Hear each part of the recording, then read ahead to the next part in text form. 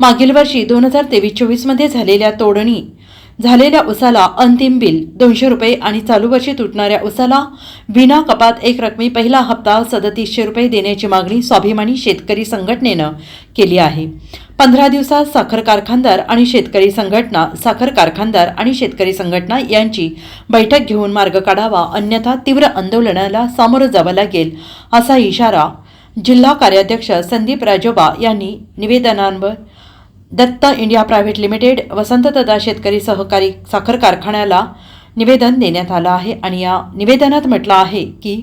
स्वाभिमानी शेतकरी संघटनेच्या वतीनं 24 ऑक्टोबर रोजी जयसिंगपूर येथे परिषद झाली असून 2023-24चे 200 रुपये आणि चालू गाडी मला सांगा मला एक रकमी 3700 रुपये मिळावे ही मागणी करण्यात आली आणि त्या अनुषंगाने कारखान्याच्या गळीत हंगाम सुरू झालेला असून ऊस परिषदेत मंजूर झालेल्या मागणीनुसार कारखान्याने कोणती हालचाल केलेली नाही, संघटनेशी कोणतीही चर्चा केलेली नाही। हंगाम चालू होऊन 15 दिवस उलटून गेले आहेत तरी पहिला हप्ता किती देणार, मागील वर्षाच्या गळीत झालेल्या उसाला अंतिम बिल काय करणार याबाबत कोणतीही धोरण जाहीर झालेलं नाही। हंगाम मात्र चालू झाला आहे तरी साखर कारखाना व्यवस्थापकांनी येत्या 15 दिवसात साखर कारखानदार आणि संघटना यांची बैठक घेऊन योग्य तो मार्ग काढावा, अन्यथा तीव्र आंदोलनाला सामोरं जावं लागेल असा इशारा या निवेदनात देण्यात आला आहे। स्वाभिमानी शेतकरी संघटनेची 25 ऑक्टोबरला ऊस परिषद झाली आणि त्या ऊस परिषदेमध्ये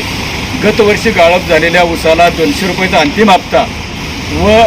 चालूच्या गळीत हंगामाला